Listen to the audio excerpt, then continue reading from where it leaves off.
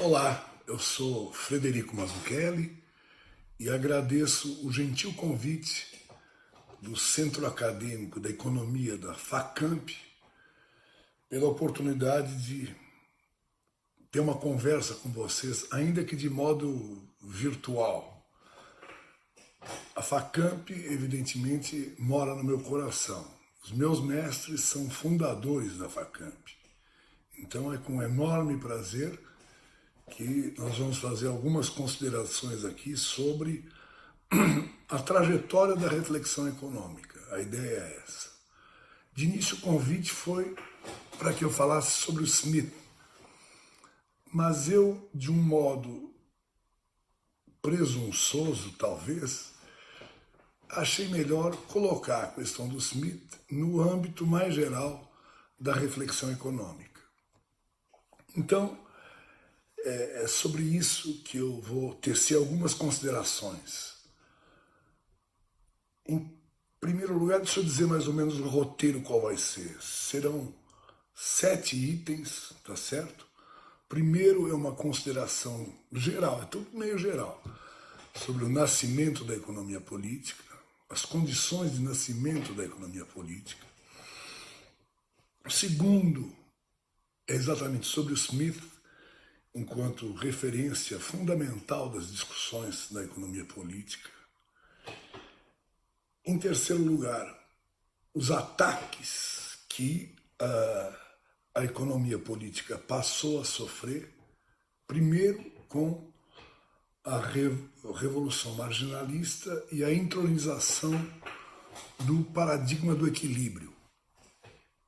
E o outro ataque, a crítica da economia política que foi feita pelo Marx. Aí nós já temos 2 grandes paradigmas da reflexão econômica, que são o paradigma do equilíbrio e o paradigma da dinâmica contraditória, que é o do Marx.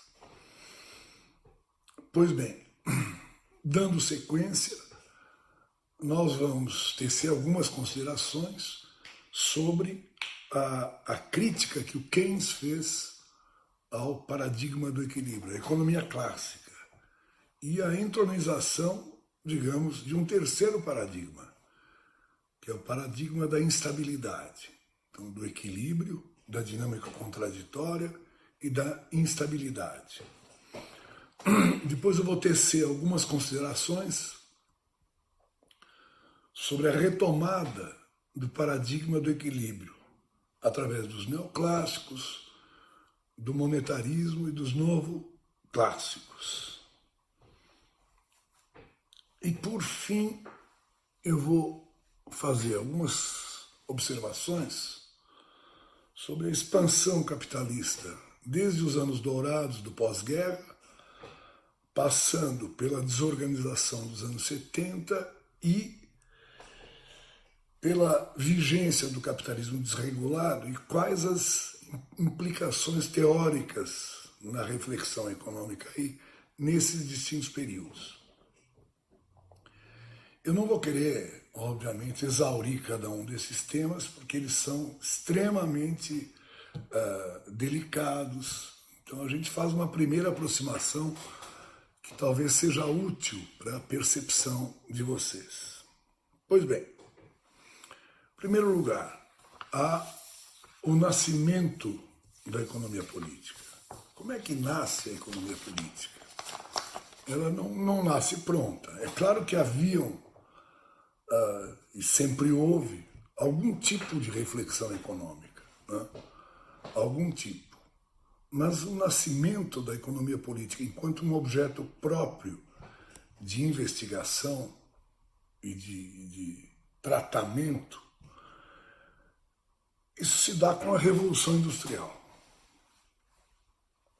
Pois bem, existem 2 condições básicas para que a economia política se consolidasse enquanto um objeto próprio de investigação. Primeiro, Revolução Industrial significa o quê?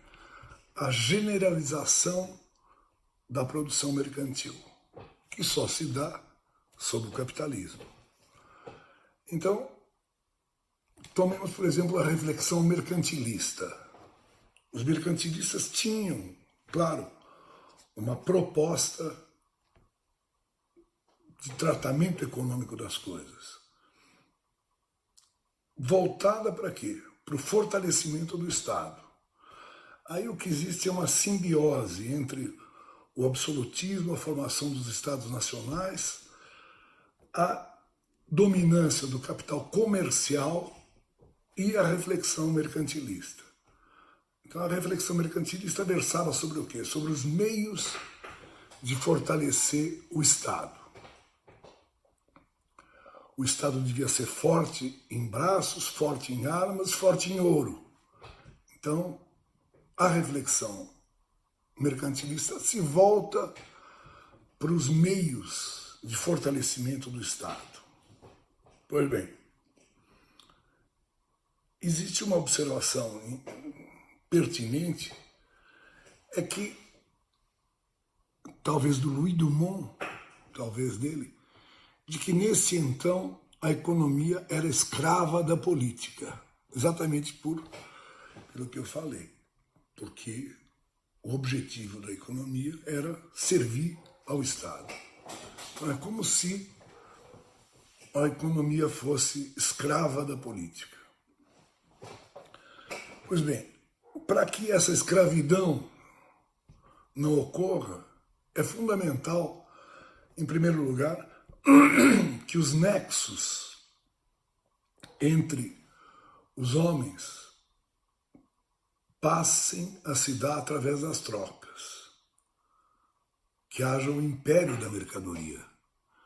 Ou seja, enquanto não há mercadoria, enquanto forma dominante da riqueza, a reflexão econômica apenas engatinha. Porque é só quando os homens se conectam através das trocas, vale dizer, sob o capitalismo, que ter-se-á a constituição de um objeto próprio. Eu vou voltar sobre isso. Segundo lugar, o que era importante, além da generalização da produção mercantil? Em segundo lugar, era fundamental que a reflexão se libertasse da explicação religiosa. E aí, obviamente, não se tinha uma ordem natural que emanasse de Deus. O que existia era uma sociedade, uma vida que passava a ser submetida ao crivo da razão.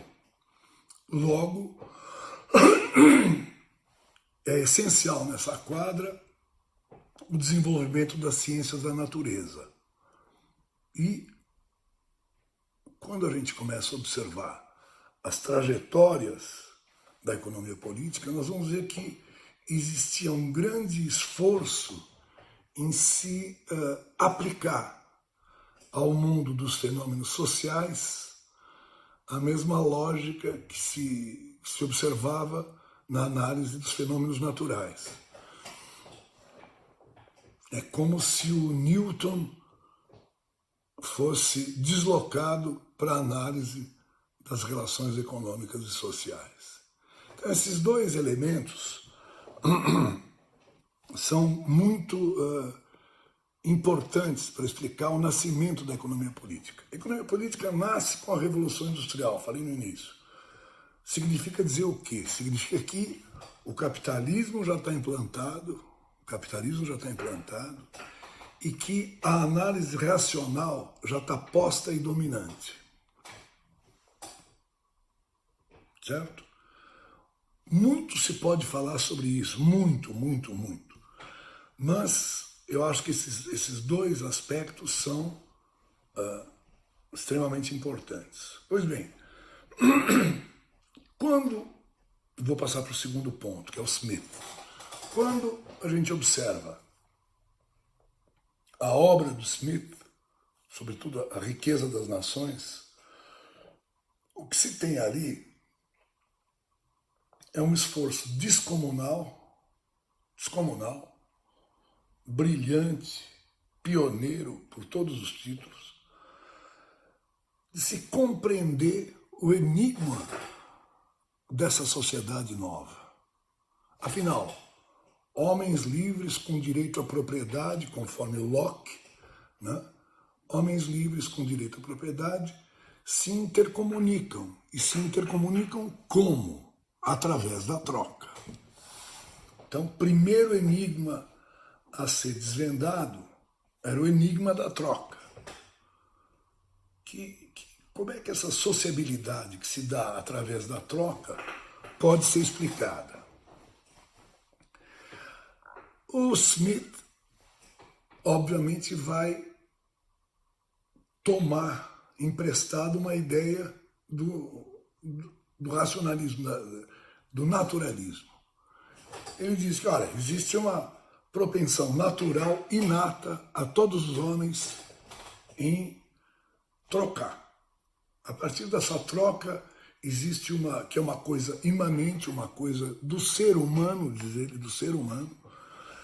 A partir dessa troca, que se tem uma divisão do trabalho, cada vez mais aprofundada, e com a divisão do trabalho vem o progresso da nação, vem a riqueza da nação. Pois bem,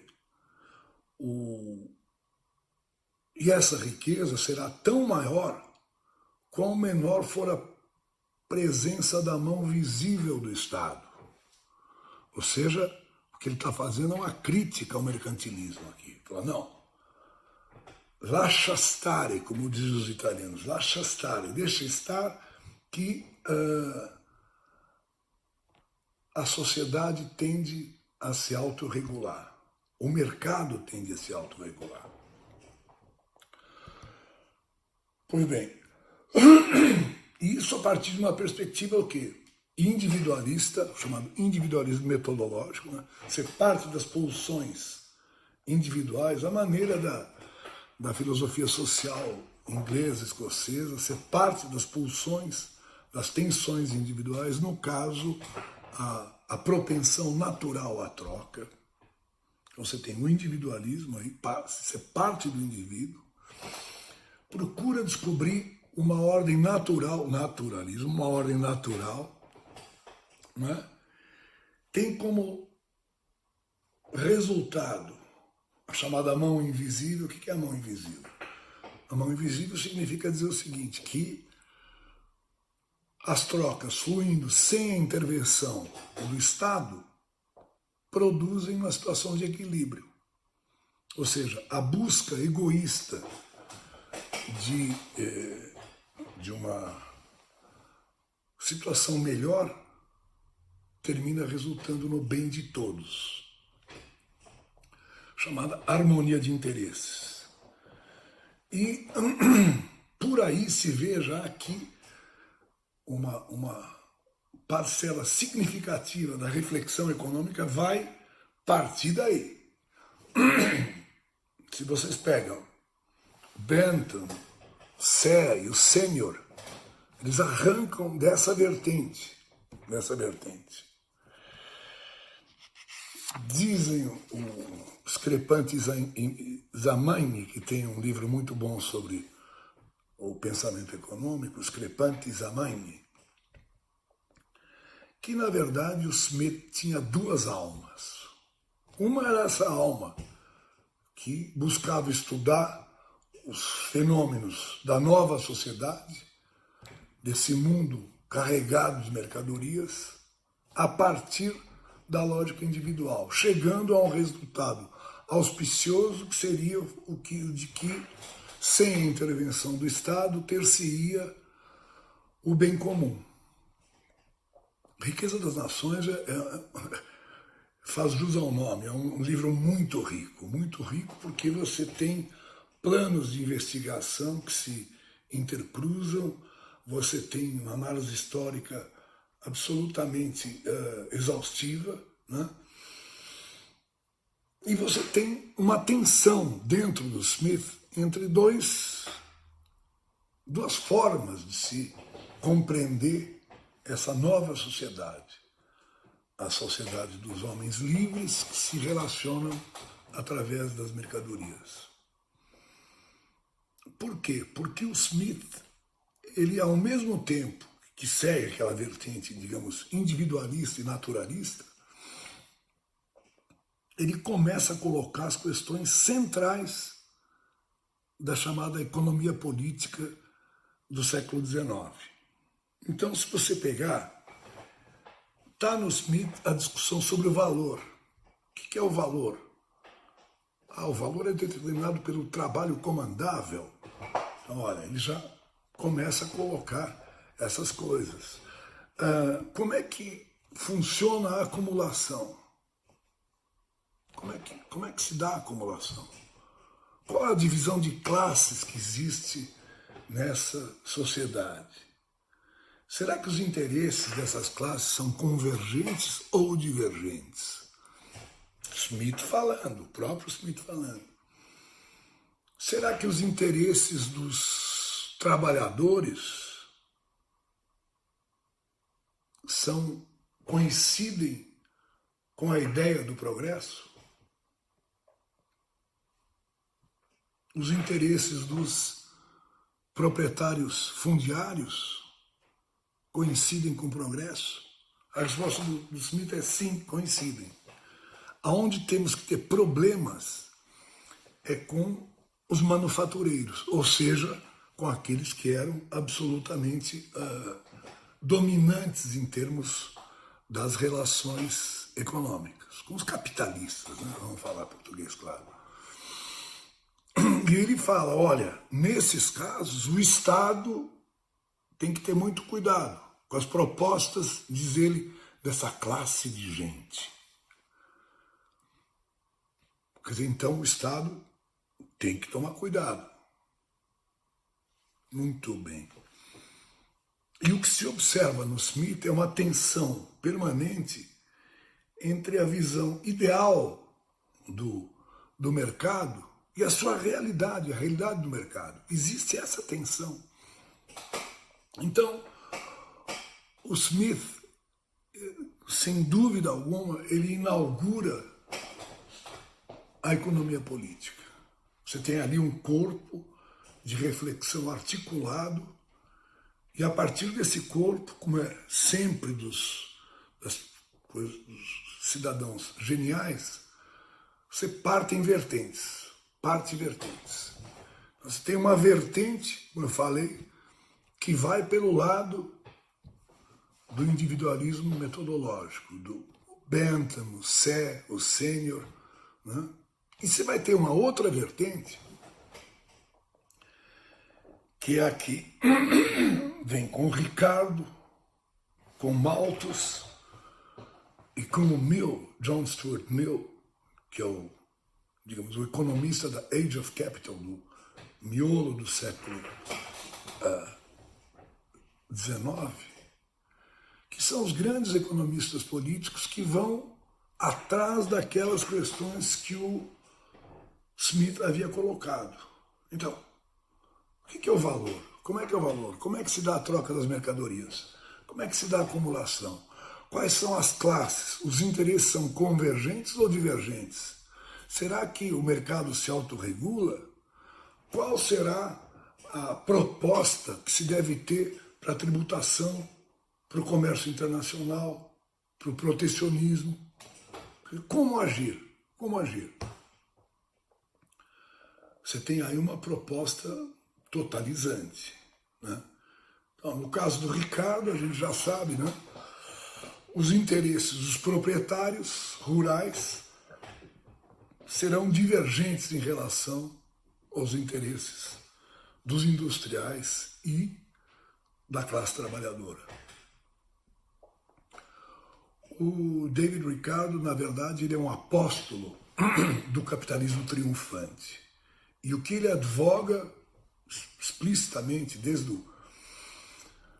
do ensaio de 1815, se não me engano, é que você tem que liberar as importações. Liberar as importações de grãos de modo a baratear o valor do trabalho. A cruzada do Ricardo é a cruzada pela revogação das Corn Laws. As Corn Laws, elas vão ser eliminadas em 1846. Né? Elas são de 1816. Em 17, quando saem os Principles, você já tem claramente essa ideia de que os proprietários rurais eram uma classe que deveria ser enquadrada, como pela liberação das importações. E, a partir daí, sai a ideia das vantagens comparativas. Né? Os países devem se especializar naquilo que eles têm de bom. É o caso que eles citam de Portugal e Inglaterra. Né? Então, Portugal produz vinho, nós produziremos manufaturas, e aí sim, aí eu vou ter uma mão invisível para o mundo. Essa é a ideia. Já no caso do maltos, a grande questão qual era? Opa, cuidado aí. Ao contrário que diz o senhor Jean-Baptiste Say, existe sim uma tendência do capitalismo à superprodução. E talvez o consumo das classes abastadas seja um lenitivo positivo. O Keynes, grande Keynes, chega a dizer o seguinte, fala, olha, foi uma pena que a Inglaterra foi dominada pelo vício ricardiano, pelo Ricardo, e não pelo Malthus, que ele considera o grande pioneiro da reflexão econômica. E no caso do John Stuart Mill, o que ele prevê como tendência do capitalismo? Um estado estacionário, que não seria um estado de decadência, de anomia ou coisa que valha, mas sim seria uma expressão do próprio progresso. Não é? Você limitaria as oportunidades de investimento, mas isso seria um sinal benéfico. Pois bem, isso veio do Smith. Veio do Smith a tradição individualista e a tradição holística, digamos assim, holística, da economia política.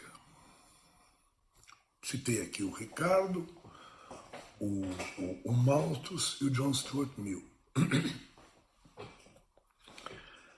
Quando é por volta de 1865, 66, 67 até 1872, esse corpo de reflexão econômico da economia política, esse corpo de reflexão sofre duas críticas decisivas. De um lado, a crítica do Marx. O Marx escreve o Capital, Das Kapital, o que é? Uma contribuição à crítica da economia política. E, de outro lado, a entronização de um novo paradigma. Não tem esse negócio. A economia política já tinha ido longe demais. Havia contradição, havia conflito, havia crises, né, na discussão. As classes se contrapunham. Vamos fazer o seguinte, vamos tratar a economia como uma ciência? Ué, por que não? Essa é a revolução marginalista e que vai culminar, não com o marginalismo, vai culminar com a construção do Valras. Vamos primeiro falar sobre isso. Como eu disse, na percepção desses autores, na França, na Inglaterra, na Europa, era que o conflito não podia existir como mecanismo de explicação. Chega de conflito. Vamos dar um tratamento científico à economia. E o que significa dar um tratamento científico à economia? Significa você buscar leis universais que valem para qualquer época, que dizem respeito à relação dos homens com a natureza, ou dos homens com as coisas. Eu vou usar duas citaçõezinhas aqui muito interessantes, que são emblemáticas desse movimento de reflexão. Primeiro vamos pegar o Jevons, né, em inglês. Olha o que ele diz. A teoria que se segue está baseada inteiramente sobre o cálculo de prazer e dor. Prazer e dor. Que vem com o Bentham, isso. Cálculo de prazer e dor. Cálculo subjetivo de prazer e dor. Então eu vou começar a entender a sociedade a partir do prazer e da dor. E o objeto da economia é a maximização da felicidade por meio da aquisição do prazer, equivalente ao menor custo em termos de dor. Ora, eu vou entender o capitalismo, no caso, a partir do prazer e da dor. Como é que os agentes maximizam o seu prazer? Com o mínimo de dor. Outra, pérola, né? Isso é uma pérola. Outra, as fórmulas que se aplicam ao indivíduo, porque prazer e dor é do indivíduo, são, no aspecto geral, idênticas às que se aplicam a uma nação inteira. Que lindo, né? Que lindo. Você parte do indivíduo, das suas pulsões, dos seus desejos, das suas angústias, da sua necessidade de maximizar o prazer com o mínimo de dor, agrega esses indivíduos que fazem escolhas racionais, e esses indivíduos agregados vão compor a sociedade. Né? Como diz aquele speaker esportivo, né? O Milton Neves, que beleza, né? Que beleza. Outra, Walras, que é uma construção que passou a ser paradigmática, emblemática da forma de se ver os circuitos econômicos, as relações econômicas. Ele diz o seguinte, eu até passei essa citação para o Murilo, ele diz o seguinte, tudo se passa no mercado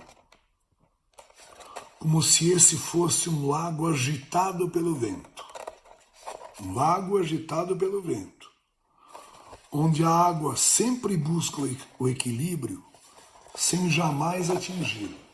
Ou seja, o equilíbrio é o estado nocional da economia. A economia caminha sempre para o equilíbrio. Pode não alcançar, mas ele está ali. Então todo o movimento é vers l'équilibre, em direção ao equilíbrio. E isso é uma coisa natural. Por quê? Porque eu estou lidando com quantidades, essas quantidades, quanto produzir, quanto ganhar, né? Essas quantidades têm que ser tratadas de modo matemático, né? Porque eu estou lidando com quantidades, até no limite a desutilidade do trabalho, o prazer, a dor, seriam quantificáveis. É um péssimo procedimento, mas é o que eles faziam. Né? O Jevons dizia, olha, a gente não deve temer o uso da matemática, não. Aliás, no continente, o pessoal já está mais desenvolvido. Walras, no caso. que diz o seguinte, que o mundo dos interesses econômicos tende a se ordenar por si próprio como o mundo dos movimentos astronômicos. Bom, se isso não é naturalismo, eu não sei mais do que é naturalismo. Você faz valer para a sociedade como um todo aquilo que ocorre nos astros. É um equilíbrio. Então, esse lago emocional, ele tem a força dos movimentos astronômicos. O que passa? O que passa é o seguinte, é que você está querendo construir uma ciência, a maneira das ciências da natureza, a maneira da física, da química, da matemática. Você quer construir uma ciência tendo como ponto de partida o indivíduo, suas tensões, suas pulsões, em relação às coisas, em relação à necessidade de satisfazer os seus desejos. E a partir daí, agregando esses indivíduos em busca de objetivos específicos próprios, você tem a sociedade. Uma sociedade harmônica que se direciona para o equilíbrio. Ou seja, ao invés de você buscar a relação entre os homens, você parte da relação do homem com as coisas, das trocas. A partir do sistema das trocas, você chega aos preços, que vão ser preços de equilíbrio, e dessa forma eu introduzo uma percepção, uma reflexão sobre a economia, onde o conflito desaparece. Não tem mais essa coisa de classe contra classe. Ah, era o proprietário rural. Ah, não, mas o proprietário rural é importante. Não, eu acho que o industrial tem problemas. Isso lá no Smith, né? Não tem nada disso. O que tem é a relação do homem com as coisas. O que você tem que desvendar é o enigma da formação dos preços. Você faz isso através de equações simultâneas, como o Walras faz. Você dá um tratamento matemático à economia, né? E, óbvio, você naturaliza tudo. A única questão relevante passa a ser a de você descobrir os preços de equilíbrio.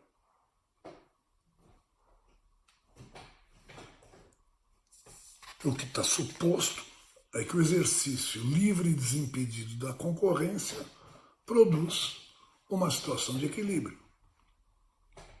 Não é? E o dinheiro nessa história? O dinheiro é um meio de troca, meio de circulação. Esquece o dinheiro. O que importa é você estabelecer preços adequados. Ponto. Preços de equilíbrio. E a economia vai, através da concorrência, chegar a esses preços que são market clearers, né? Market clearing. Você vai, os mercados se resolvem.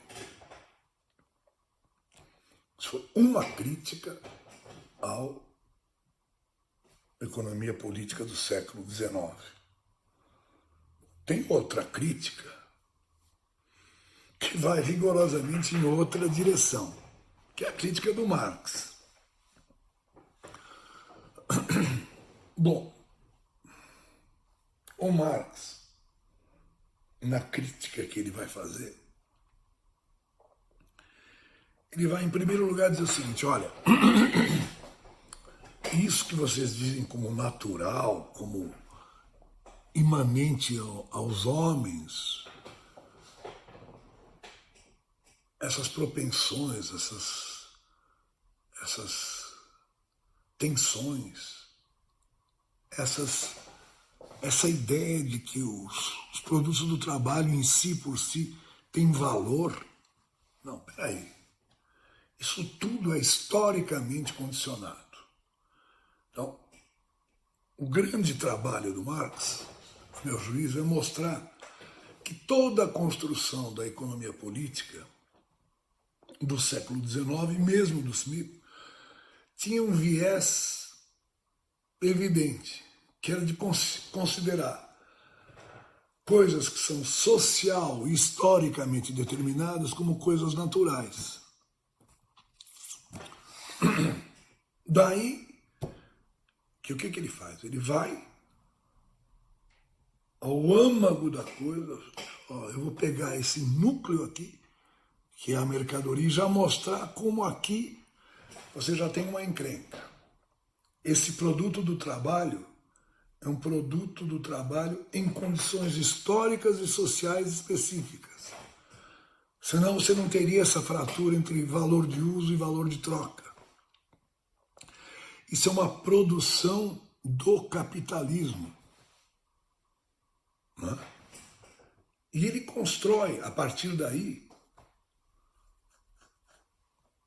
um conceito de capital que é essencial. Quer dizer, o capital não é um instrumento de trabalho. Eu entro com capital somado à força de trabalho e à terra, né? Não é um fator produtivo. Ele diz, olha, capital é outra coisa. O capital é uma construção social, histórica, né? E o capital é valor que se valoriza, ponto. Sendo valor que se valoriza, eu vou entender essa sociedade a partir daquilo que é nevrálgico, daquilo que é determinante. E o que é determinante nessa sociedade? É que tudo está submetido à lógica do capital. Então, o que o Marx empreende é uma análise rigorosa e brilhante do regime do capital. Ele não está discutindo esse capitalismo, aquele capitalismo, ou a história do capitalismo na Inglaterra, ou coisa que... Não. Ele está dizendo o seguinte, fala, olha, esse regime, que é historicamente determinado, ele tem características específicas, que no fundo decorrem da hegemonia desse conceito, do valor que se valoriza. Conceito que é real, né? É uma abstração que é real. Pois bem, é esse afã desmedido da valorização do valor que produz um desenvolvimento gigantesco das forças produtivas. É esse objetivo supremo da valorização do valor que termina produzindo situações caóticas, de crise. É esse objetivo supremo da valorização do valor que permite que se vislumbre uma nova sociedade. Então ele faz uma análise do capitalismo onde o dinheiro não é um meio, o dinheiro é um fim em si mesmo. O dinheiro, ele é valor que se valoriza, ele é a expressão suprema desse desiderato. Então a fórmula suprema do capitalismo nem é DM', é D'.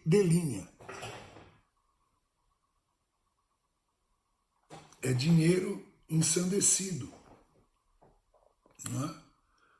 E a análise dele, do capital a juros, do capital fictício, mostra que essa forma mais avançada do capitalismo tem tudo para ser a forma dominante das formas do capital.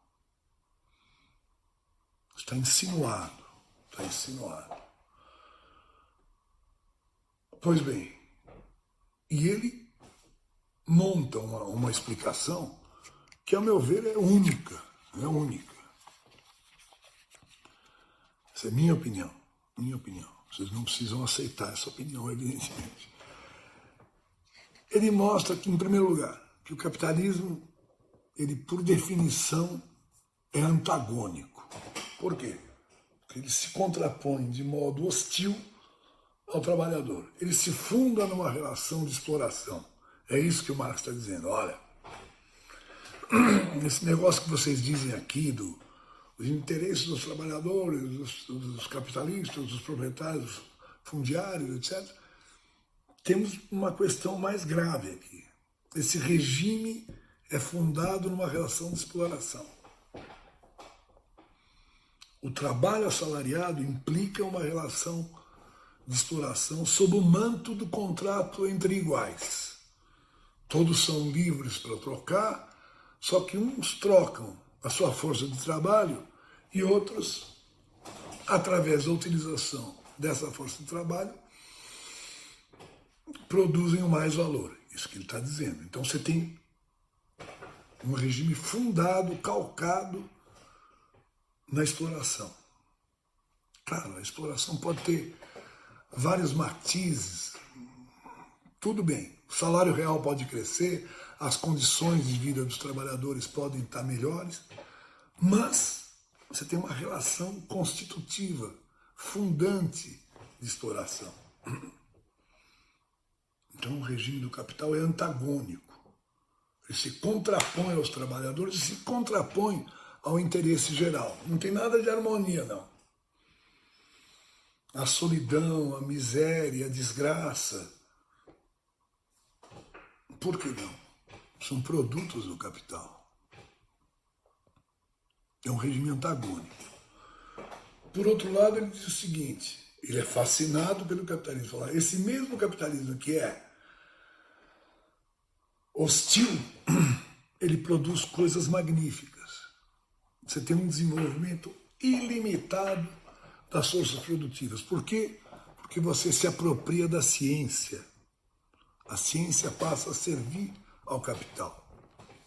Então você tem uma revolução permanente. Aquilo que depois o Schumpeter vai chamar de destruição criadora, aliás, o livro do Schumpeter é maravilhoso, a obra do Schumpeter é muito interessante. Isso, a meu juízo, está posto no Marx, claramente. Quer dizer, o que é a destruição criadora? É a revolução permanente das forças produtivas. É isso.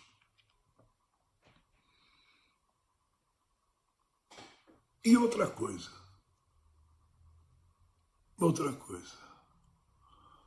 Ele é antagônico, ele é progressivo, ele desenvolve ao limite as forças produtivas, mas ele também tropeça, ele trupica, né? Ele tem contradições que são internas.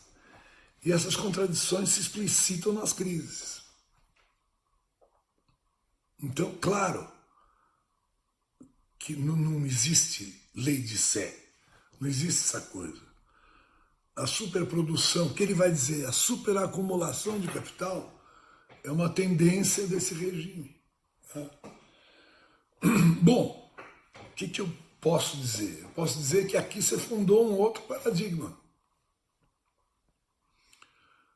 Se o Walras fundou um paradigma, que é o paradigma do equilíbrio, o Marx fundou um outro paradigma, que é o paradigma da dinâmica contraditória. Cada um, vejam bem, cada um seguindo os caminhos de uma alma do Smith, para voltar ao Adam Smith. Cada um seguindo uma alma, os caminhos de uma alma. Um paradigma que o Marx cria, que você vai ter uma legião de marxistas. Aí vai ter de tudo,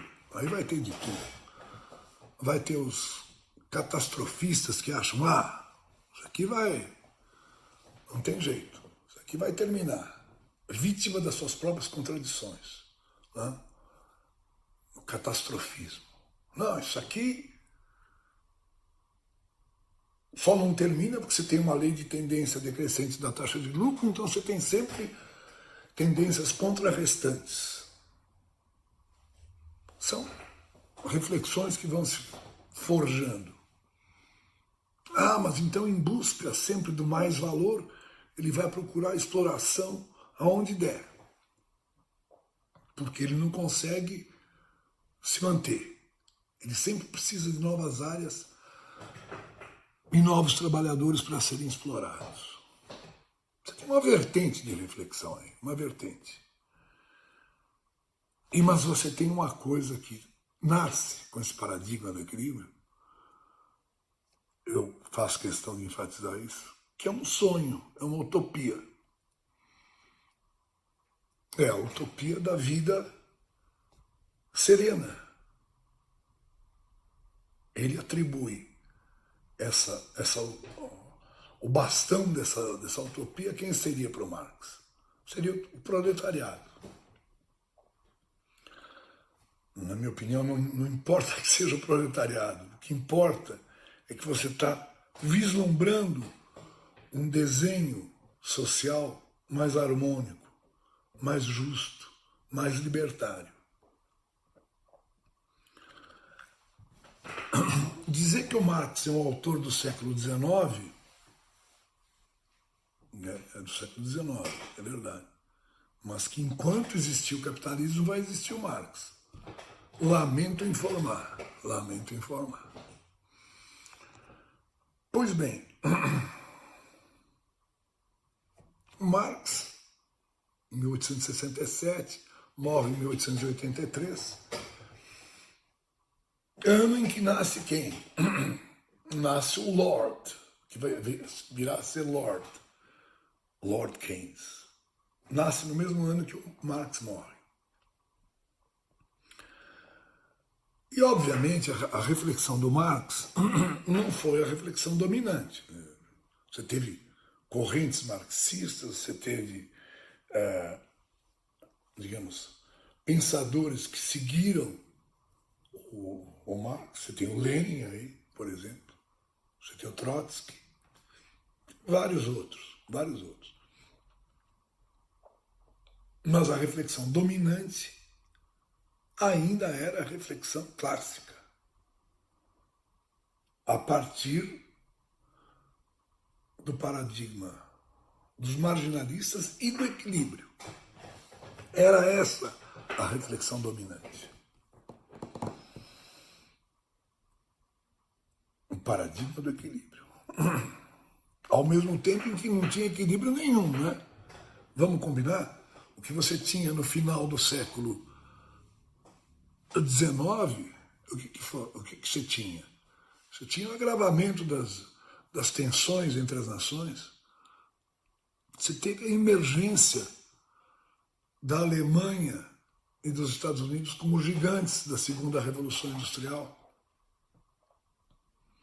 buscando espaço. Você tem uma turbulência do cenário europeu flagrante. Aquilo que se dizia ser a Belle Époque, começo do século XX, aquilo era Belle Époque até a página 3, digamos, para não falar 2, até a página 3. Você tinha tensões que se exacerbavam. E o equilíbrio estava lá. Não, vamos estudar o paradigma do equilíbrio e vamos sofisticar. E outra coisa. Basta que os preços e os salários sejam flexíveis para que essa economia sempre vá para o equilíbrio. Aí nasce esse cidadão, Keynes,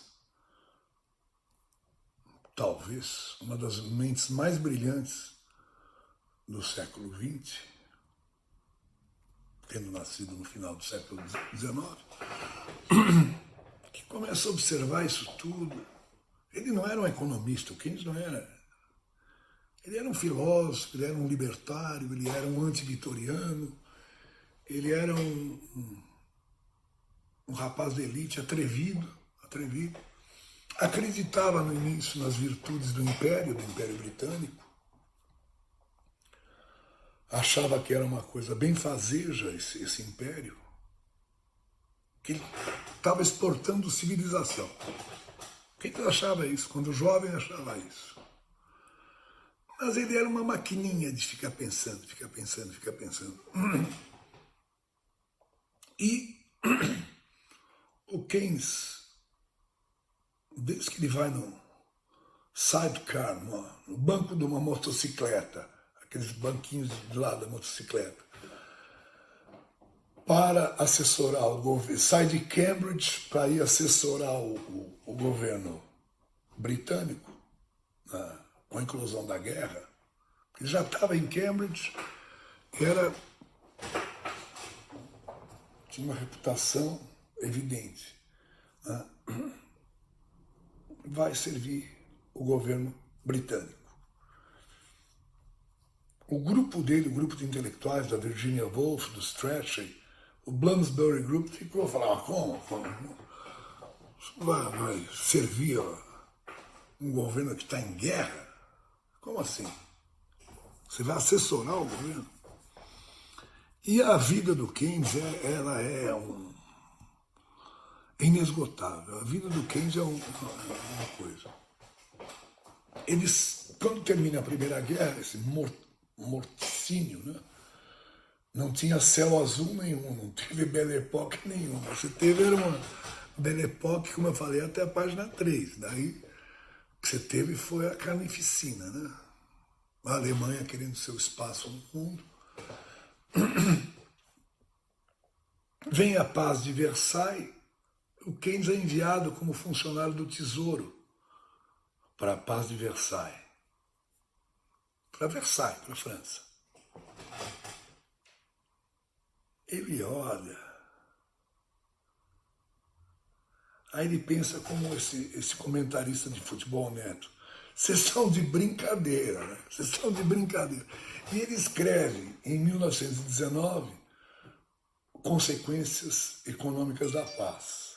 É um torpedo contra a forma que se desenhou a paz e aquilo que se tentava impor à Alemanha.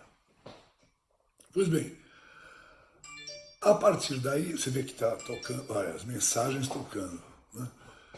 A partir daí, você tem um homem em permanente ebulição, que escreve um tratado sobre a probabilidade, que escreve um tratado sobre a reforma monetária, que produz uma série de artigos brilhantes ao longo dos anos 20, que já começa a mostrar uma visão de mundo nova, dentro daquilo que seria a reflexão econômica. E o que seria... Deixa eu só desligar esse negócio aqui.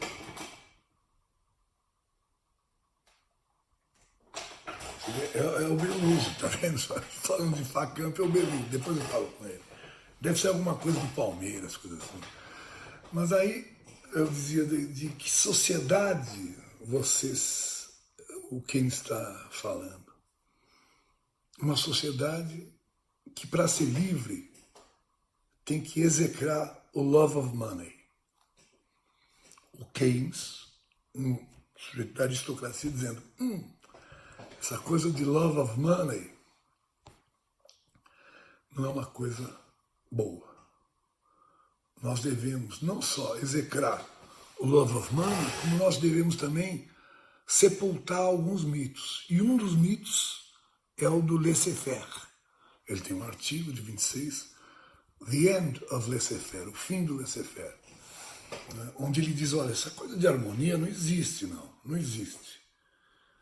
Não existe. O mundo não está construindo assim.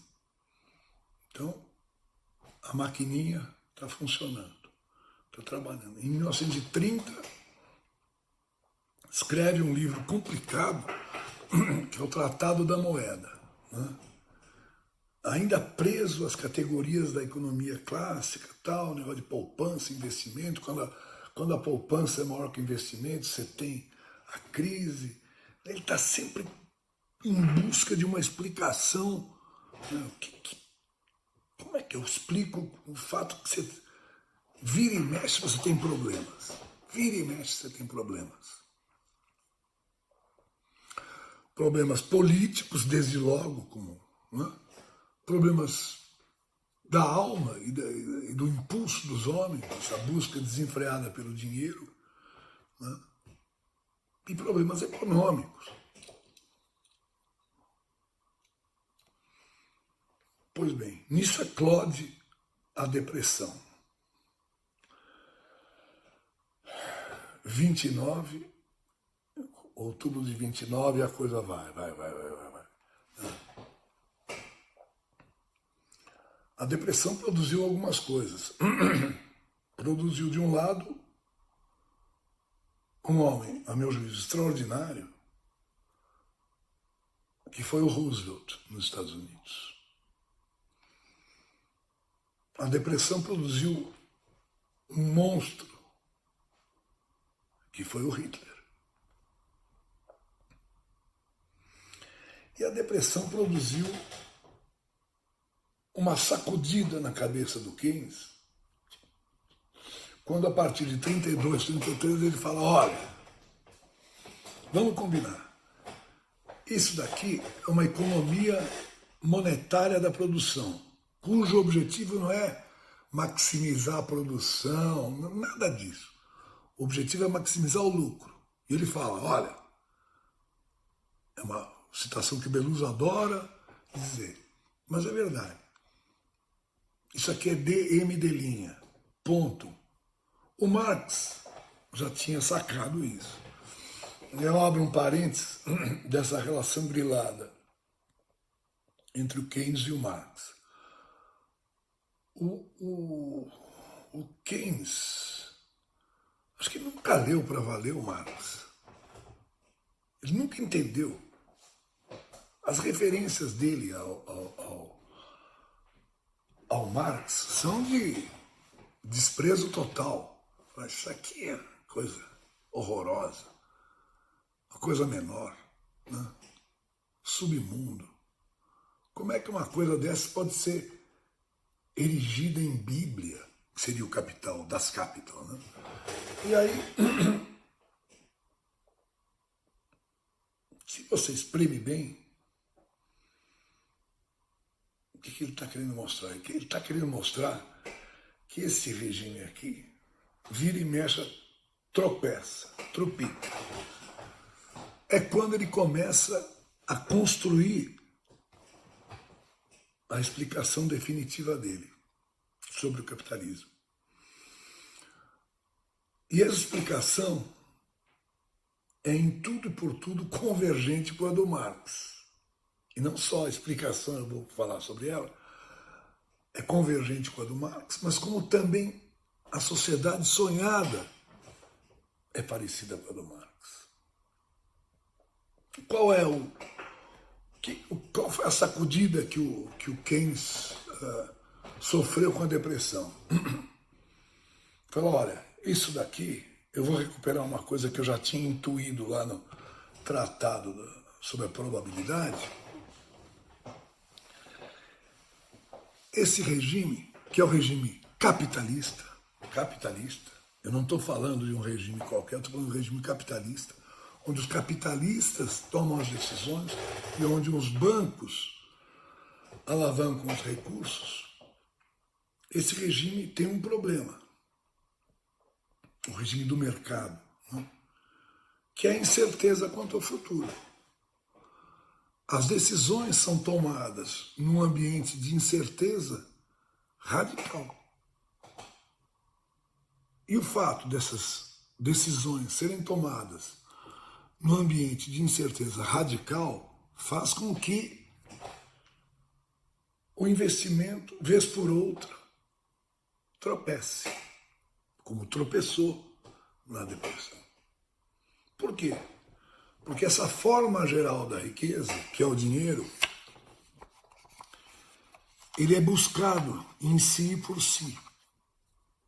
Ele passa a ser objeto do desejo. Quando o dinheiro, em si e por si, imediatamente, se torna objeto do desejo, a preferência pela liquidez, né, as coisas evoluem mal. Então, você tem no Keynes uma tensão na explicação dele sobre o capitalismo. Você tem uma tensão permanente entre o animal spirits, que é o ímpeto do empreendedor, daquele schumpeteriano empreendedor, né? Você tem o ímpeto do animal spirits, da busca da inovação, da busca da quebra da rotina, né?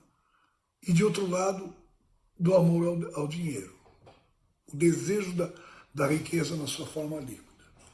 Então, de um lado, você vai ter o cálculo prospectivo, porque é tudo cálculo, né, sobre a rentabilidade, que é a eficácia marginal do capital, e de outro lado, o desejo do dinheiro, a preferência pela liquidez, que vai ser um dos determinantes da taxa de juros. Então, essa contradição entre criar riqueza nova ou abraçar a riqueza velha sob a forma do dinheiro ou dos títulos de propriedade, essa tensão é que gera colapsos na acumulação. Você tem uma dinâmica instável e contraditória. A não ser que quem atue, quem entra nessa coisa? O Estado. A não ser que o Estado entre. Porque o Keynes odiava, ele era da linha do Burke, que odiava as transformações violentas, falando, eu não quero transformação violenta, eu não quero nem a bagunça liberal e nem a bagunça, digamos, socialista. E o socialismo dele na época era a coisa da União Soviética, do Stalin. Né? Tá certo, ele não queria nem o Stalin, nem a coisa socialista e nem a baboseira liberal, que redundou numa crise brutal. Qual seria o antídoto? Seria um Estado ordenando os investimentos. Então, a coisa... Se vocês quiserem saber a minha opinião, o que o Keynes está falando? Ele está falando o seguinte, olha, como constitutivamente esse é um regime que produz tropeços, ele precisa ser disciplinado. E para que ele seja disciplinado, você tem que ter um Estado investindo.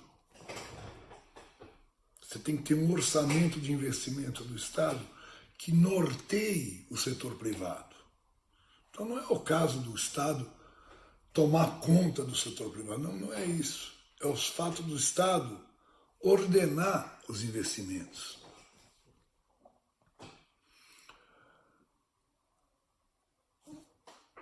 Basta ver o que ocorreu no pós-guerra, onde o Estado liderou a trajetória das economias capitalistas com o crédito e com o investimento direto, e o que ocorre na China hoje. A China, sim. Você tem um Estado articulador, um Estado que programa os investimentos. Então, na verdade, o Keynes era muito mais do que o keynesianismo depois veio a dizer. Não, o Keynes só diz, ele quer o deficit spending e o baixo juros. Pronto. Ele gosta de déficit público para combater a recessão e taxa de juros baixa. Só que é muito mais do que isso. Ele fala, não, o Estado tem que ter uma influência permanente. E esse negócio de taxa de juros baixa não é só isso, é que você tem que eliminar aqueles que se beneficiam do rentismo. Você tem que ter uma economia ordenada e direcionada para o investimento produtivo e que gere emprego. Aí vem a utopia. Com que desiderato? O desiderato era produzir uma nova sociedade, a utopia do Keynes. A John Robinson dizia, mas como o Keynes é naíve, como ele é ingênuo, meu Deus. Né? E ele, de fato, ele acreditava nisso. Ele tinha uma ideia de que através da persuasão você mudaria os espíritos e daí você mudaria a realidade. E você buscaria uma realidade onde prevaleceria a abundância. E nessa abundância, você poderia se dedicar à boa vida. É isso que ele diz. E o economista? O economista, tudo bem, é bonitinho, mas ele vai ser tão importante quanto um bom dentista. Ele disse isso. Né? O Love of Money deixa de ser importante. O que é importante é os homens se dedicarem, as mulheres, todos se dedicarem às artes, ao conhecimento, ao congraçamento. Trabalhar menos. Porque o desenvolvimento das forças produtivas, usar o Marx, o desenvolvimento das forças produtivas assim o permite. Isso é o Keynes. Então não é só a coisinha de salário inflexível, preço inflexível, deficit spending, só mexer na taxa de... Não, isso daí é outra coisa. Pois bem, em relação ao Keynes, existe ainda um ponto a ser destacado, que é o fato de que na crítica que ele faz à economia clássica, vamos tomar como referência naquele então da economia clássica, o Pigou, que também era de Cambridge. Nessa crítica havia uma questão essencial, que era o princípio da demanda efetiva, que ele estabeleceu. E o que é o princípio da demanda efetiva? É o princípio de determinação da renda pelo gasto. Ou seja, não é a renda que cria o gasto, é o gasto que cria a renda. Essa mesma percepção, essa inversão das determinações, também foi capturada por um economista polaco chamado Michel Kalecki, que talvez de maneira até mais incisiva que o Keynes, apontou para essa subordinação da renda ao gasto. A famosa parêmia de que os capitalistas ganham o que gastam, enquanto os trabalhadores gastam o que ganham, é do Kalecki. Então, esse é um aspecto absolutamente relevante da discussão, porque quando o circuito do gasto se vê comprometido, a renda cai. Então, você tem o estímulo ao gasto, é o estímulo ao crescimento da renda e do emprego e do produto.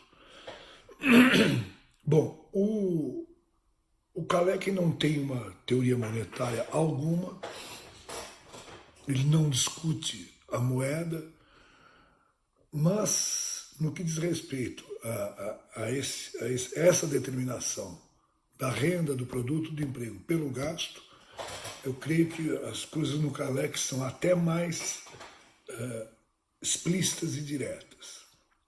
Mas, pois bem, o grande Keynes falece em 1946. Falece em 46.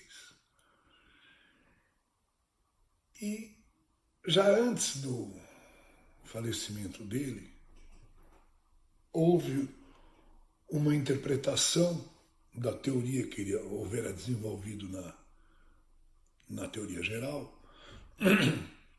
Foi uma explicação feita pelo Hicks, um economista inglês, que se tornou a base, isso é que eu quero enfatizar, que se tornou a base do keynesianismo do pós-guerra, a famosa construção ISLM. Bom,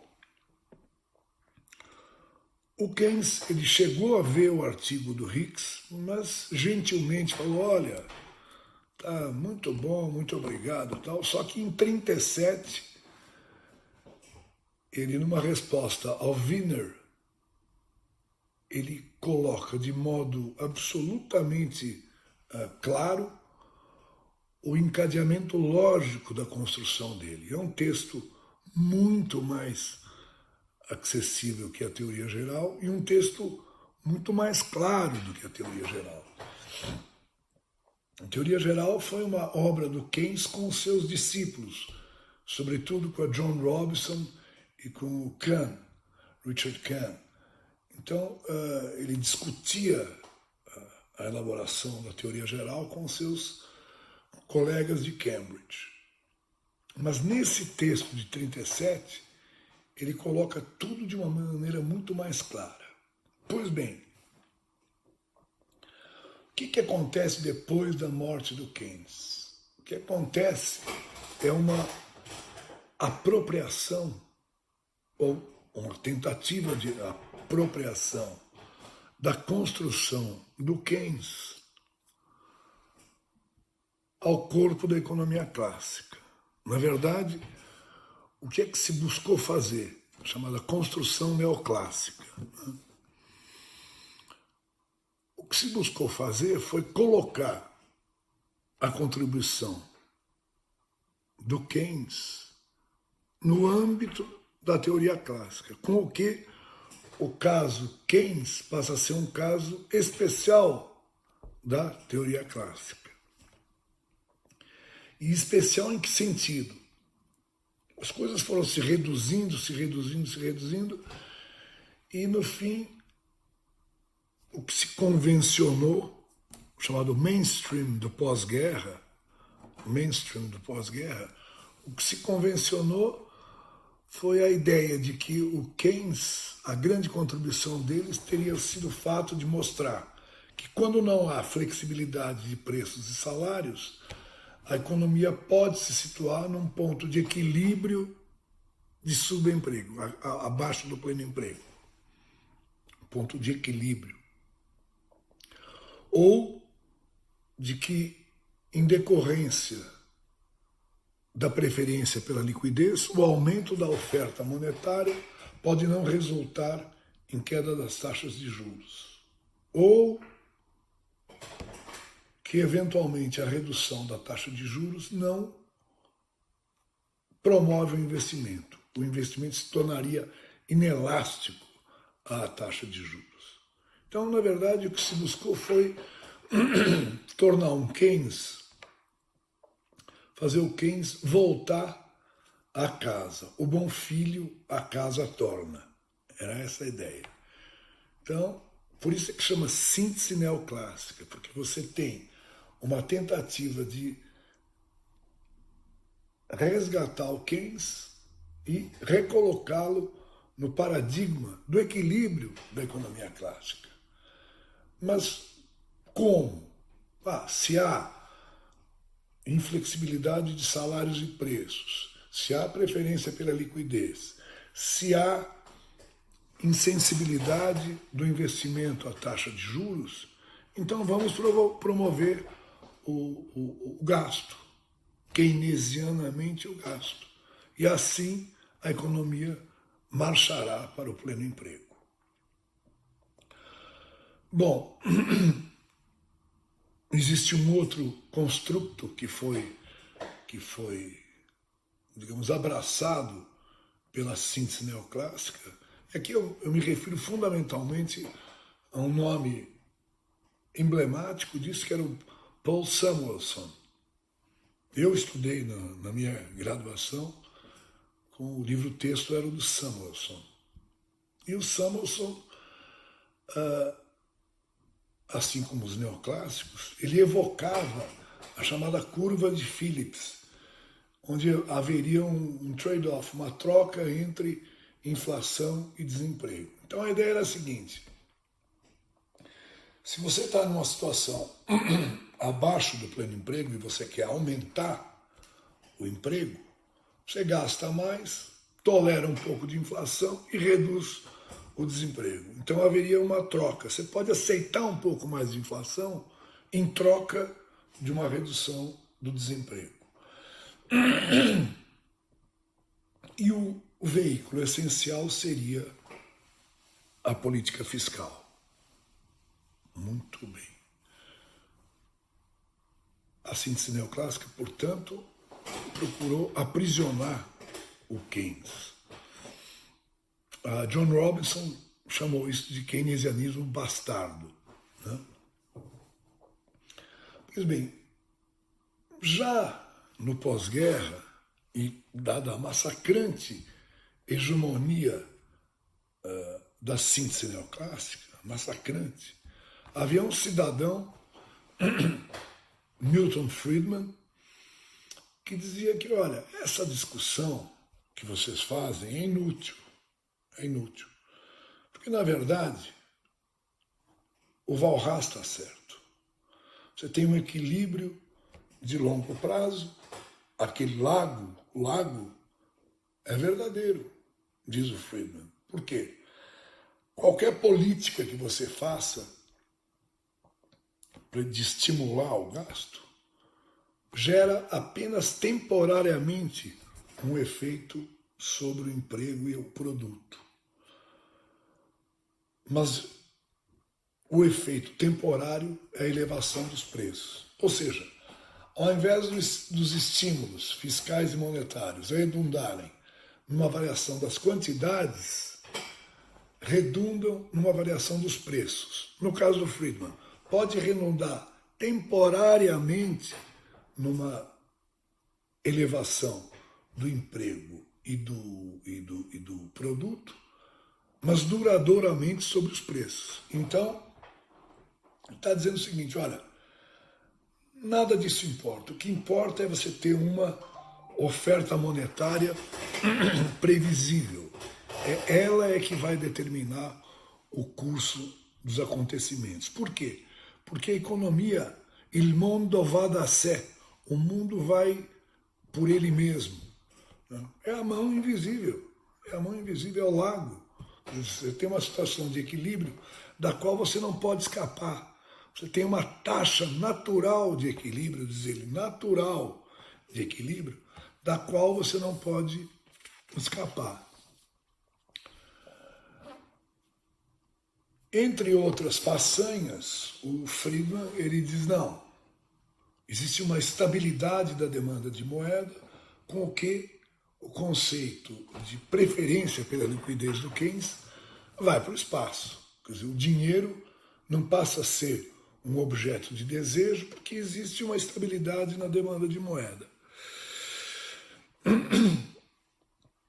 Então, esse equilíbrio de longo prazo que ele imagina, né, em tudo e por tudo se assemelha ao lago Walrasiano.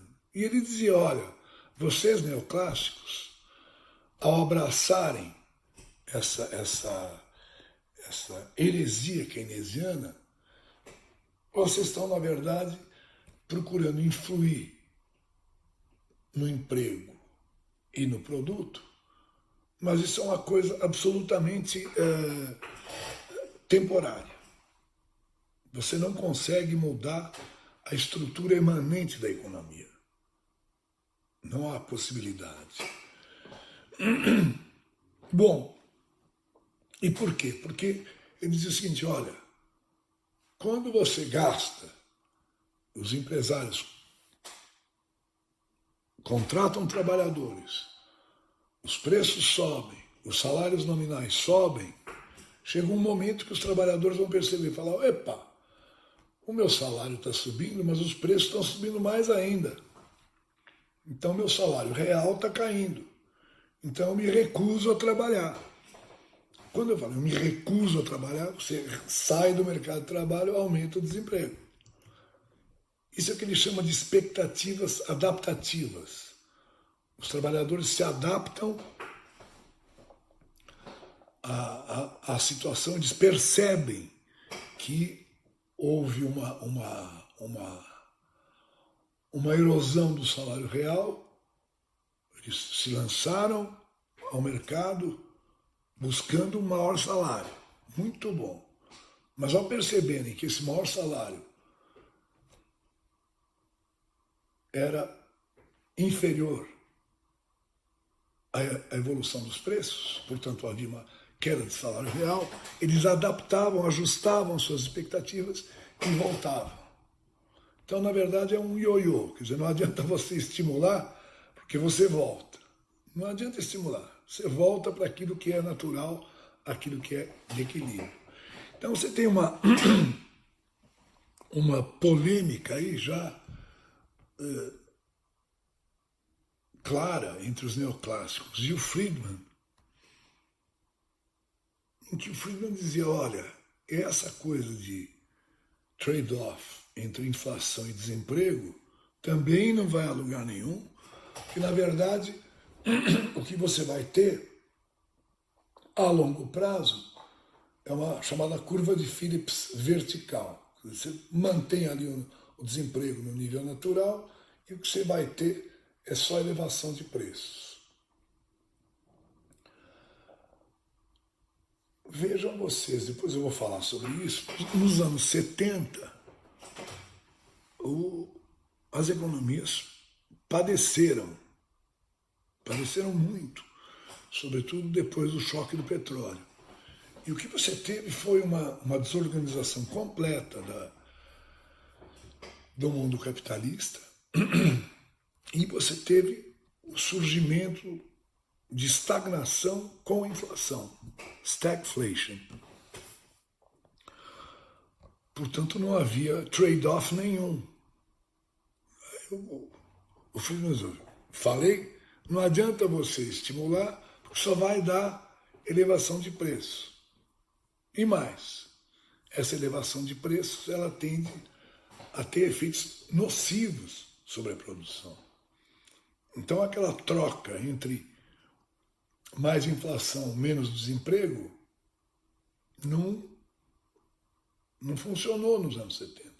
Porque você tinha mais inflação e mais desemprego. Você tinha os dois subindo. Não tinha uma curva assim. E o Friedman se converteu numa das referências mais importantes do pensamento conservador. Junto com Hayek, que era um austríaco, que os dois diziam no fundo, que a pré-condição da liberdade política é a liberdade econômica. E liberdade econômica significa você não ter a interferência do Estado. O mercado se autorregula. Esse fanatismo mercadista chegou a gerar até uma situação absolutamente constrangedora, né? Quando o Friedman foi ao Chile apoiar o Pinochet, que era um contumaz assassino. E a explicação dele foi o seguinte, não, eu estou lá ajudando os rapazes de Chicago porque com isso nós vamos desenvolver a liberdade econômica, que é a pré-condição da liberdade política. Ou seja, se liberaliza tudo e cai a ditadura. No fundo é isso que ele está dizendo. Que é uma coisa muito, né, complicadinha de se sustentar. Né? Mas está na biografia dele. Ao mesmo tempo que ele se tornou uma referência fundamental, nós vamos ver que no final dos anos 70, quando a inflação disparava, o dólar estava sob desconfiança e não havia meio de segurar a inflação através de políticas de renda e tudo mais, no governo Carter, o Paul Volcker, no final dos anos 70, dá uma brutal elevação das taxas de juros para reafirmar a hegemonia do dólar e para combater a inflação. Você teve uma enorme valorização do dólar a partir de então. E a partir daí ficou cada vez mais claro que você não conseguia segurar a inflação controlando os agregados monetários. Que era o que o Friedman dizia, você estabelece uma meta para o crescimento da oferta monetária e tudo vai se resolver. Bom, ficou claro que cada vez menos era possível você identificar o que seria a adequada oferta monetária, porque existiam várias formas de moeda.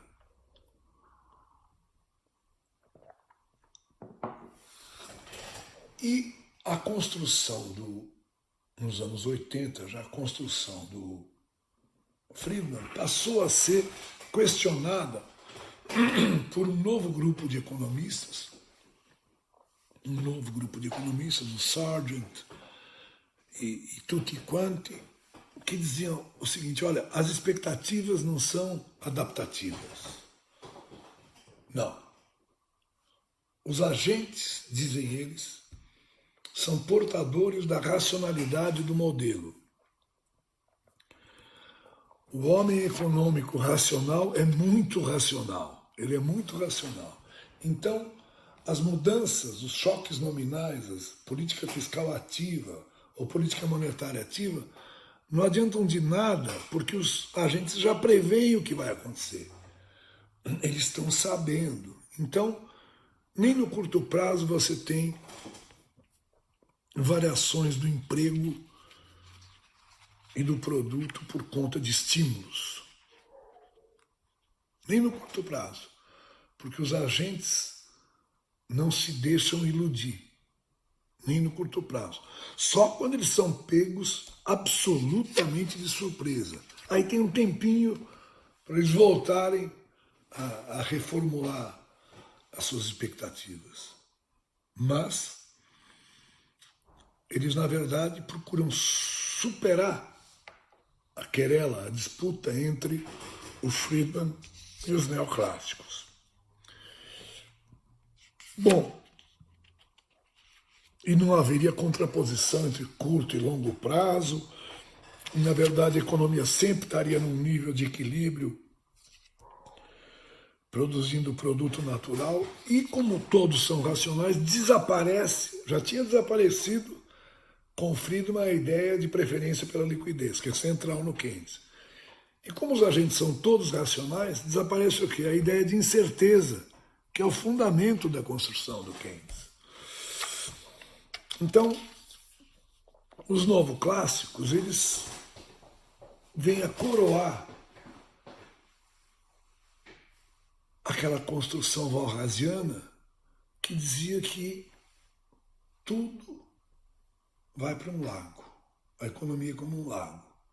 Não adianta você querer mexer, porque o lago sempre vai ficar no nível que ele está.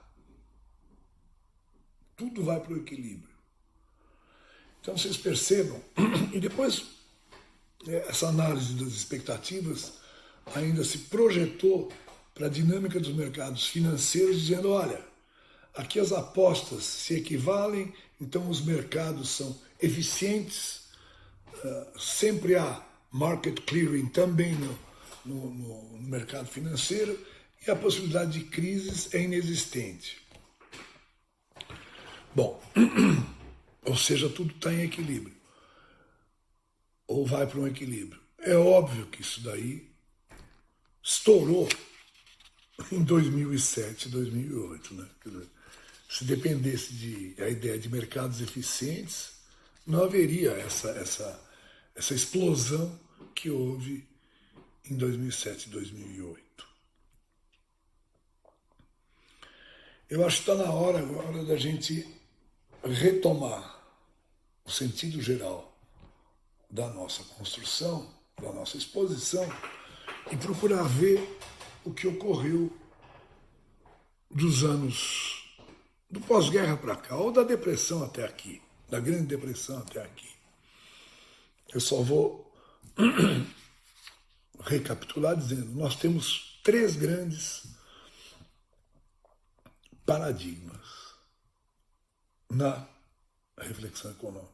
3 grandes paradigmas. Um fortíssimo, fortíssimo, é o paradigma do equilíbrio, que começa com a mão invisível do Smith, passa pelos autores como o Bentham, o Sé, né?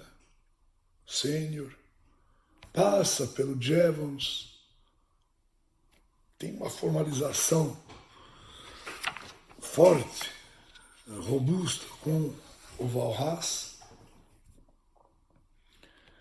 Isso vai depois para o monetarismo e para os novoclássicos.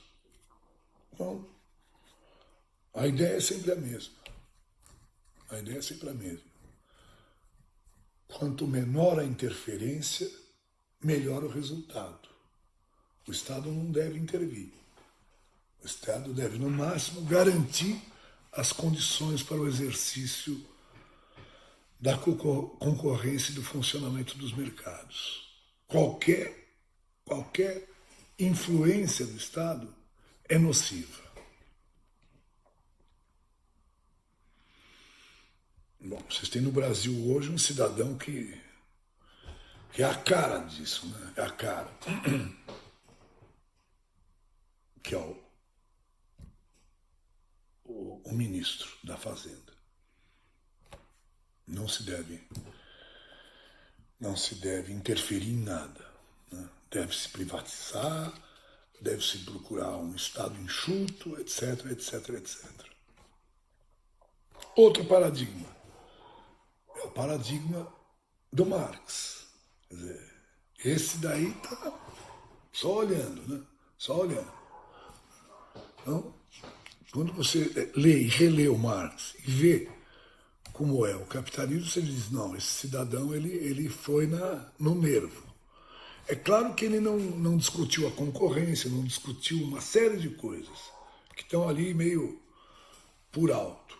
Mas a percepção que ele teve do capitalismo, como eu disse, mostrando a natureza do regime do capital, ela é, a meu juízo, imbatível, essa percepção.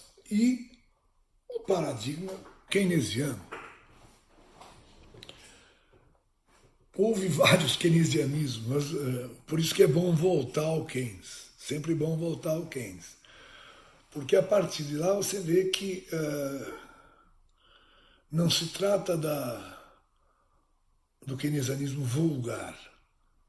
Já falei isso. Daquele que só acha que na depressão ou na recessão você tem que aumentar o gasto, reduzir os juros. Claro que tem que fazer isso, mas é mais do que isso.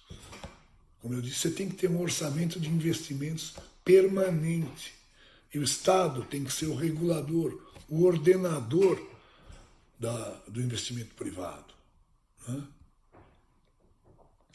Esses 3 paradigmas são, digamos, os paradigmas centrais da reflexão econômica.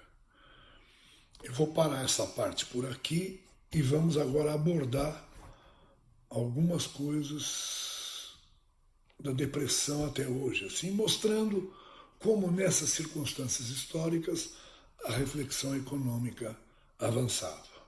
Tá bom? Então até já. Bom, vamos agora terminar essa enfadonha exposição com algumas observações sobre a reflexão econômica ao longo dos anos no século XX. Coisas leves, nada transcendental. Só para ver como as coisas caminhavam. Como sabemos, né? Em 1929 eclodiu uma depressão de proporções ciclópeas, enorme depressão que abarcou 20, 30, 40% da força de trabalho em alguns momentos nos Estados Unidos e na Alemanha. E o conjunto dos outros países também sofreu dramaticamente, inclusive a chamada periferia do sistema com a queda do preço dos produtos agrícolas, matérias-primas, etc. Qual foi a reação? A reação. Vamos tomar os dois casos, Estados Unidos e Alemanha. Qual foi a reação inicial nos Estados Unidos a essa depressão? E o que cada uma dessas reações tem a ver com a reflexão econômica? No caso dos Estados Unidos, o presidente era o Hoover, Herbert Hoover, que acreditava a maneira dos economistas ortodoxos, clássicos, que quem tem que resolver é o mercado. Então, deixemos o mercado resolver.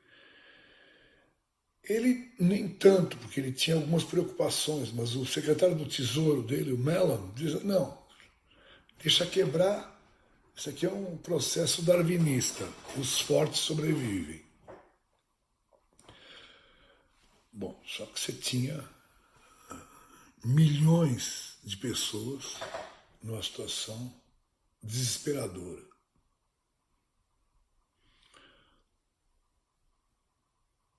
O Hoover foi impotente face à velocidade da depressão. Sucessivas quebras bancárias comprometeram totalmente o produto e o emprego, empresas que quebravam, propriedades que eram retiradas dos seus donos porque serviram como hipoteca e não tinha como pagar. Né? Bancos, como eu falei, que quebravam. O que se tinha que fazer? Quando o Roosevelt é eleito, ele é eleito com uma plataforma intervencionista, claramente intervencionista.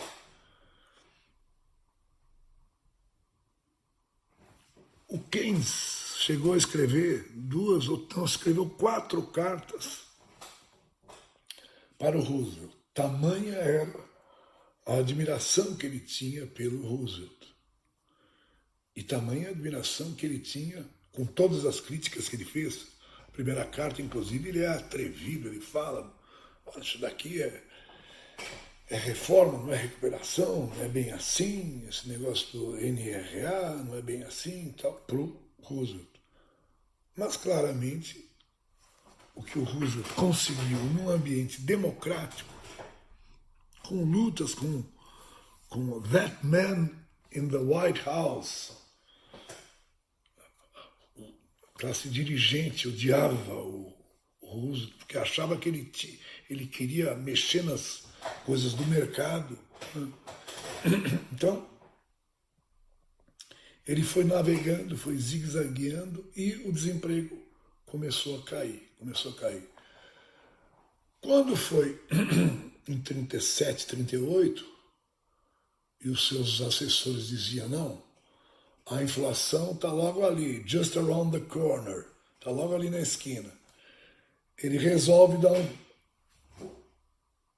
freio de contenção, porque ele era adepto dos orçamentos equilibrados. Ele era um fiscalista, ele tinha essa convicção que era partilhada por quase todo mundo. Ele faz um freio de arrumação e braco, a economia capota e o desemprego aumenta de novo. Aí ele percebe o seguinte, olha, na verdade, não tem jeito. eu tenho que ter o Estado intervindo, e o Estado interveio ao longo do New Deal, regulamentando o sistema financeiro, dando proteção aos trabalhadores, inaugurando um incipiente sistema de proteção, incipiente. Nada que se compare ao que ocorreu na Europa, mas ele sustentando os preços agrícolas, impedindo as hipotecas, né? Tornando soberana a gestão monetária, saindo do padrão ouro. Então, a economia americana começou novamente a melhorar. Quando as nuvens da guerra chegam, aí a economia americana explode, dispara. O desemprego praticamente cai a zero. Chamado keynesianismo bélico, que se chama, né? Meanwhile, no mesmo ano de 1933, quando o Roosevelt assumiu em março, em janeiro, o Hitler se torna chanceler, se torna primeiro-ministro. Qual foi a primeira providência do Hitler? Foi chamar o sujeito que ele escolheu para o Reichsbank, o Schacht, dizer, olha, eu quero que o seu banco, o Reichsbank, o banco alemão, seja um instrumento da recuperação alemã. E ali não teve conversa, quer dizer, como o sistema bancário alemão estava meio mal das pernas, o Reichsbank começou a emitir, inventar moeda, aquelas Mefo-Bills, que era uma engenhoca que ele inventou, com 4 grandes empresas alemãs, que emitiam certificados garantidos pelo Reichsbank, portanto, moeda. São certificados garantidos pelo Reichsbank, isso é moeda. E pagavam com esses certificados. Então, o fato é o seguinte, é que em 35, 36, o desemprego fez assim, capotou na Alemanha.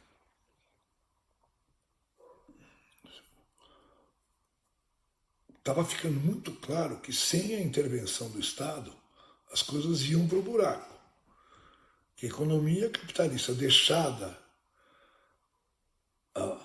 ao seu sabor, ela não ia para um lago, ela ia para um precipício, uma cachoeira, ia cair lá embaixo. Então, foi ficando claro. E durante a guerra, durante o horror da guerra, na verdade, durante o horror da guerra, o desemprego praticamente desapareceu em todas as economias. E já em 42, 43, na Inglaterra, começa uma preocupação com o pós-guerra. Sobretudo depois de Stalingrado, aí ficou claro que os alemães iam ser, os nazistas, não os alemães, os nazistas iam ser derrotados.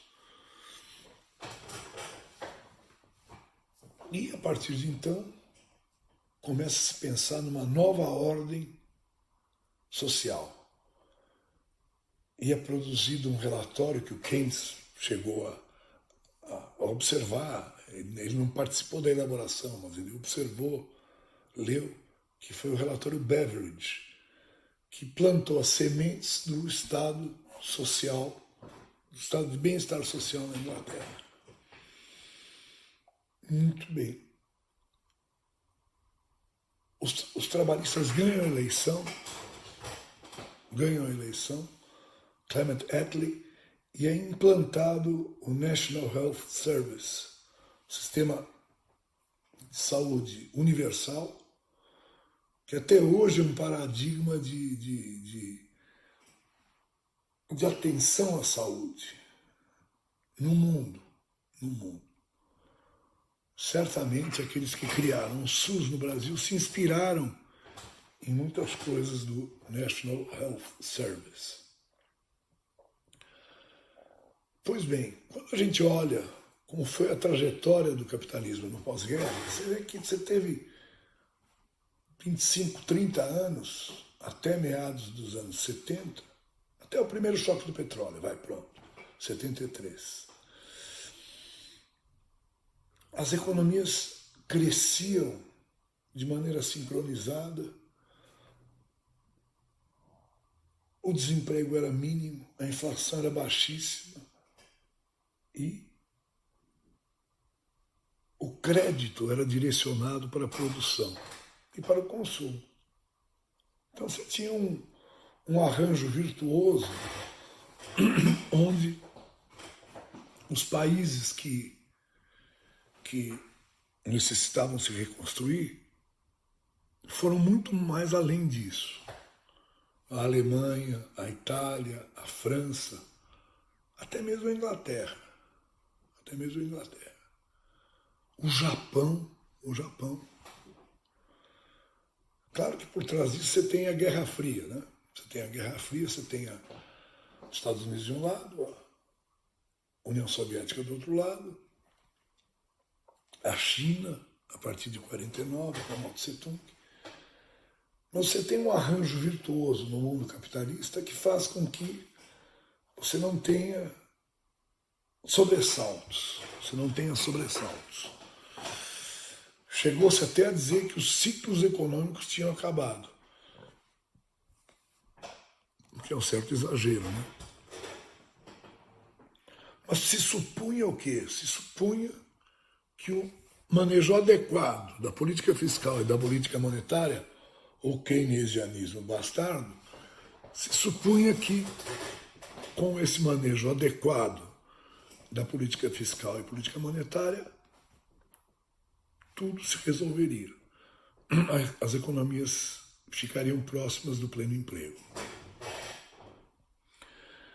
Pois bem, o que acontece aqui, eu vou usar uma perspectiva aqui um pouquinho schumpeteriana. O que acontece é que você teve um ciclo de inovações, de catching up, de chegar junto aos Estados Unidos por parte da Europa e do Japão, que fez com que, já no final dos anos 60, a taxa de acumulação começasse a declinar. A taxa de acumulação começou a declinar. E com isso a renda começou a crescer de uma maneira não tão pródiga. Ademais, uma série de outras razões, você tem um esgarçamento das relações sociais nos países capitalistas. Você tem o choque do petróleo em 73, que produziu um impacto brutal na matriz energética mundial e nos preços. Então você começa a ter nos anos 70 uma combinação de redução das taxas de acumulação, redução da taxa de crescimento do produto e aceleração da inflação. Isso que eu falei um pouco atrás, que dinamitou a chamada curva de Phillips. Porque a curva de Phillips, que era um instrumento da síntese neoclássica, ela dizia, olha, você quer menos desemprego, você tem que conviver com um pouquinho mais de inflação. Mas aí não. Anos 70 você tinha mais desemprego e mais inflação. E a partir daí que o Friedman falou, eu não falava, eu não dizia, essas políticas keynesianas não levam a nada. Só que, na verdade, nem foi por causa de políticas keynesianas, nem foi keynesianas entre comillas, né? Entre aspas, nem foi por causa que você teve uma sintonia fina, um fine-tuning da política fiscal e política monetária que você teve uma expansão no pós-guerra. Não foi isso. É que você tinha um arranjo virtuoso, você tinha uma guerra fria, você tinha a possibilidade de mimetizar o padrão industrial norte-americano. Os Estados Unidos apoiaram a reconstrução da Europa, apoiaram a reconstrução do Japão. que você tinha era uma briga com a União Soviética, não vamos esquecer, esse é o fator crucial. Né? Então, esse arranjo que permitiu com que, num período único da história, o capitalismo fosse mais regulado e os frutos do crescimento se distribuíssem de uma maneira mais equitativa. E você teve a implantação dos estados de bem-estar social. Quando isso começa a ir para o vinagre nos anos 70, você começa a ter uma reação que é assim, essas políticas keynesianas não funcionam. Tem muito Estado, tem muito sindicato. Então, a gente tem que retirar o Estado, retirar os sindicatos, e dessa forma nós vamos conseguir melhorar a situação da economia. Vale dizer, vamos acreditar na autorregulação dos mercados, vamos acreditar de que a concorrência desimpedida e desregulada produz bons resultados. Vamos acreditar na mão invisível. Né? No fundo é isso.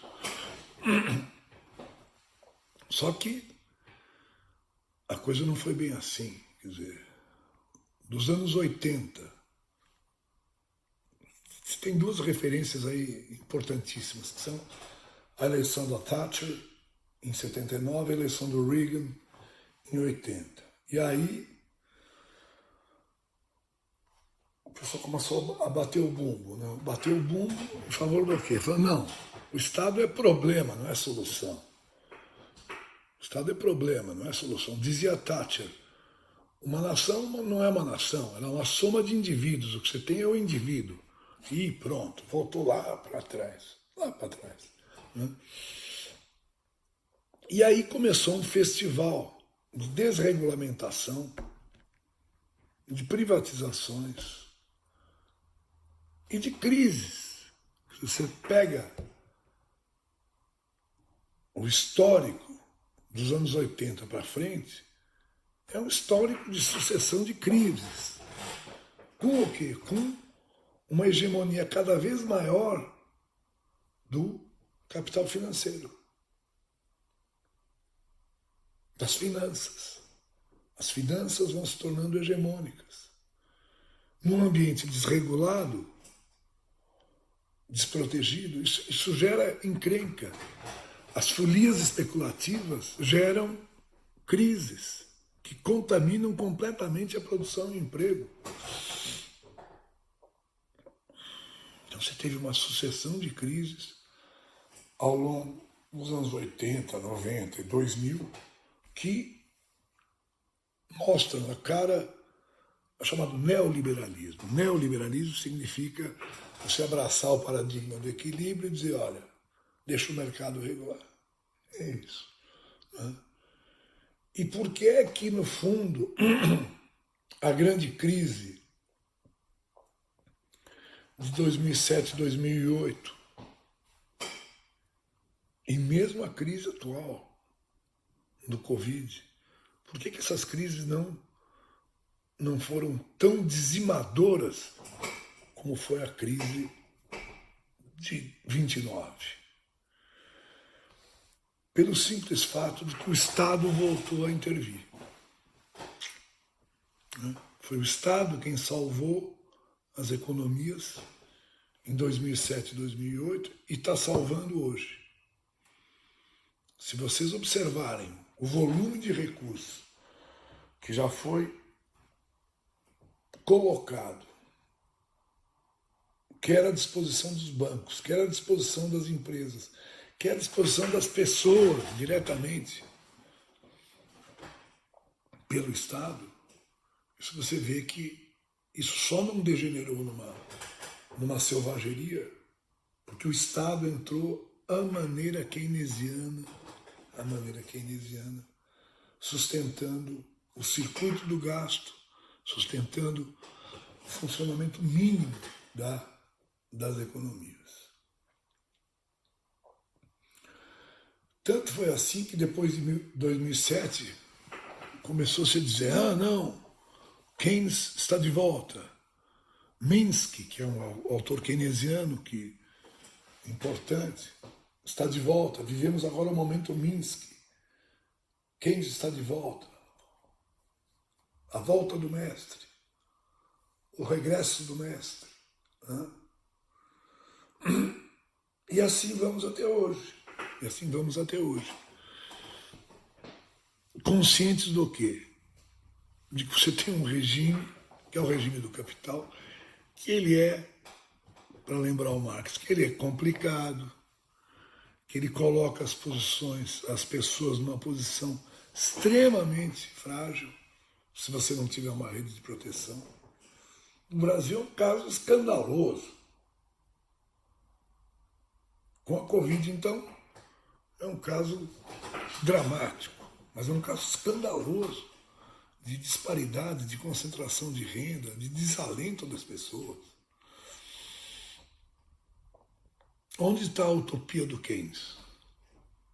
Está dormindo em berço esplêndido, porque o que você tem é uma realidade nua e crua do mercado.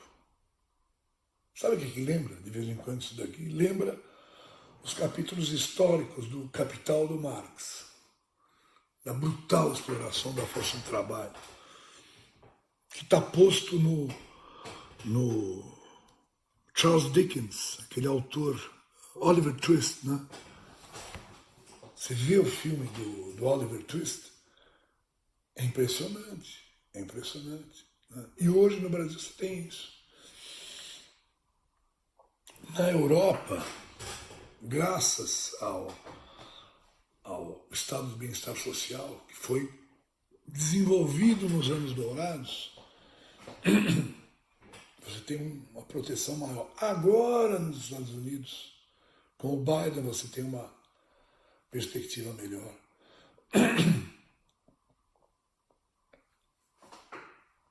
Nós temos o Marx vivo. O Marx está vivo. O Keynes está vivo. E o paradigma do equilíbrio e dos mercados autorregulados, ele não está vivo. Ele mostra a sua cara antagônica, porque não produz aquilo que prometeu. Tá bom? Eu acho que isso daí já dá uma geral para vocês. Eu agradeço o convite do Centro Acadêmico da FACAMP e espero que vocês não tenham se aborrecido muito, não. Tá bom? Um grande abraço e até a próxima. Tchau, tchau.